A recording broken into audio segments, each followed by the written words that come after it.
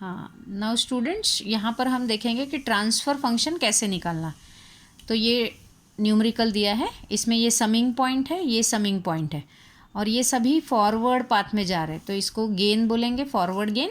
और ये जो है H2 H1 ये फीडबैक में आ रहे हैं, तो ये आपका फीडबैक में आ रहा है। ठीक है, तो अब हमको जब भी प्रॉब्लम दिया है उसको सॉल्व करने के लिए सबसे पहला रूल जो है ब्लॉक्स इन सीरीज़, वो कहीं है क्या चेक करना है। ब्लॉक्स इन सीरीज़ नहीं है।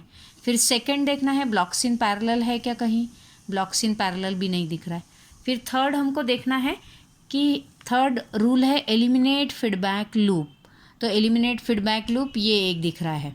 एलिमिनेट फीडबैक लूप में जहाँ पर हम अपना रूल लगाएंगे वहाँ पहले डॉटेड मार्क करेंगे, तो ये यहाँ डॉटेड मार्क करेंगे, तो ये पूरा का पूरा ब्लॉक सिंगल ब्लॉक में कन्वर्ट हो जाएगा और बाकी सब एज इट इज़ लिखेंगे हम।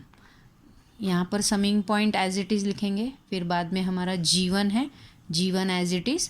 अब ये होल डॉटेड ब्लॉक किस में कन्वर्ट हो जाएगा, सिंगल ब्लॉक में। अब एलिमिनेट फीडबैक लूप का रूल आपको पता है कि G अपॉन, रूल क्या बोलता है, G upon 1 plus minus G into H।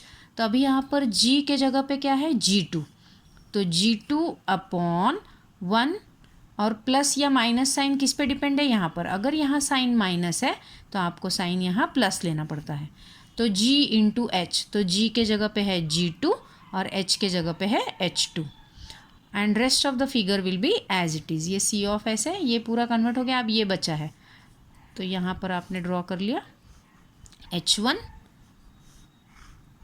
और rest of the diagram will be as it is. अब हम फिर से यहाँ पर देखेंगे कि ब्लॉक्स इन सीरीज़ है क्या, हमारा पहला रूल लग सकता है। तो हाँ, यहाँ पर है ब्लॉक्स इन सीरीज़, ये दो ब्लॉक जो है वो सीरीज़ में है।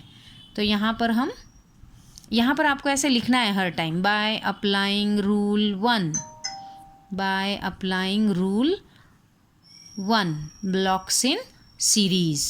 वैसे ऊपर भी यहाँ लिखना था by applying rule 3 eliminate feedback loop blocks in series. अब फिर से हमने बोला था कि जो डायग्राम एज इट इज़ बनाना है। अब जो ये डॉटेड लाइन का जो ब्लॉक है वो पूरा सिंगल ब्लॉक में कन्वर्ट हो जाएगा। अब यहाँ पर रूल कौन सा लगाना है, ब्लॉक्स इन सीरीज़। तो ब्लॉक्स इन सीरीज़ में क्या होता है, गेन मल्टीप्लाई होता है, तो ये दो गेन मल्टीप्लाई करेंगे हम। तो मल्टीप्लाई करने के बाद आंसर क्या आएगा, G1 G2 upon 1 plus G2 H2। तो ये सिंगल ब्लॉक में कन्वर्ट हो गया, rest will be as it is. अब ये H1 और ये minus, so this is plus. अब फिर से हम देखेंगे, यहाँ पर फिर से आपको दिख रहा है, फिर से एलिमिनेट फीडबैक लूप ही लगेगा। तो फिर से आप पूरा लिखेंगे bye applying rule 3 eliminate feedback loop.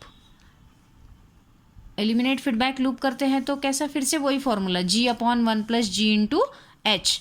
तो अब ये पूरा जो एलिमिनेट फीडबैक लूप है ये पूरा का पूरा सिंगल ब्लॉक में कन्वर्ट हो जाएगा। तो इसके लिए मैंने आपको डायरेक्ट रूल बताया था, एक numerator of G upon denominator of G plus minus numerator of G into H। अब ये कब लगाना है, वैसे तो हमारा एलिमिनेट जो फीडबैक है, एलिमिनेट फीडबैक लूप के लिए हम G upon 1 plus minus G into H लगाते हैं। तो G यानी ये पूरा G हो गया और H यानी ये H1। पर ये सब सॉल्व करने के जगह पे हम डायरेक्ट रूल अप्लाई करेंगे, न्यूमरेटर ऑफ G। तो अब ये हमारा G है, इसमें न्यूमरेटर कौन सा है, ये G1 G2। तो ये न्यूमरेटर लिखा मैंने G1 G2। उसके बाद क्या लिखेंगे, अपॉन डिनोमिनेटर ऑफ G। तो डिनोमिनेटर ऑफ G क्या है, ये 1 प्लस G2 H2। ये पूरा G है, इसमें से ये न्यूमरेटर है और ये डिनोमिनेटर। डिनोमिनेटर ऑफ G क्या है, 1 प्लस G2 H2 प्लस और माइनस, तो साइन माइनस है तो प्लस। न्यूमरेटर ऑफ G क्या है, numerator of G G1 G2। तो G1 G2 इंटू H क्या है यहाँ पर, H1। तो इस तरह से ये आपका whole block diagram single block में कन्वर्ट हो गया। तो इसीलिए हम लिखते हैं transfer function is equal to C of S upon R of S is equal to G1 G2 upon 1 plus G2H2 plus G1G2H1। So इस तरह से हम न्यूमेरिकल को सॉल्व करते हैं। Thank you.